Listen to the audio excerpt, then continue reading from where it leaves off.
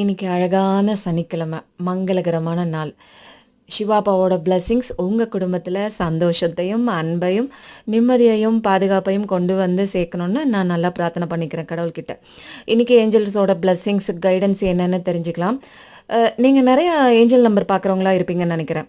1111, 555, 999, 666, 12, 12, 11, 11 இந்த மாதிரி நெறைய நம்பர்ஸ் நீங்க பார்க்குறவங்களா இருக்கலாம். ஸோ இன்றைக்கி வந்து நம்மளோட ஏஞ்சல் அட்வைஸ், யூனிவர்ஸோட அட்வைஸ் என்ன, அதுபடி நம்ம எப்படி நடந்துக்கணும் அப்படின்னு வரிசையாக நம்ம ஒவ்வொரு கார்டாக நம்ம பார்க்க போகிறோம். இன்றைக்கி வர first card sugar coating members உங்களை சுற்றி நிறையா இருக்காங்க. அப்படின்னா வந்து இனிப்பா, சர்க்கரையாக, வெள்ளைக்கட்டி மாதிரி பேசுவாங்க. உள்ளே ஒன்று வச்சுட்டு வெளியில் வந்து நல்லவங்க மாதிரி நடிப்பாங்க. அவங்க உங்களை சுற்றி நிறையா இருக்காங்க. அவங்க விஷம் மாதிரி ஜாக்கிரதையாக நடந்துக்கோங்க. காலம் எல்லாத்தையும் வந்து வெளிப்படுத்துங்க.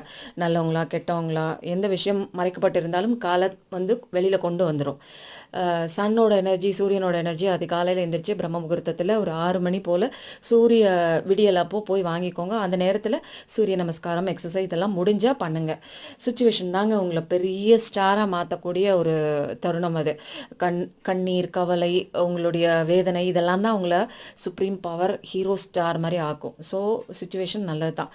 7 சக்ரா பேலன்ஸ் பண்ணுங்கன்னு சொன்னாலே அது ஸ்பிரிச்சுவல் அலைன்மெண்ட்டுக்கு உண்டான ஒரு விஷயமாச்சு.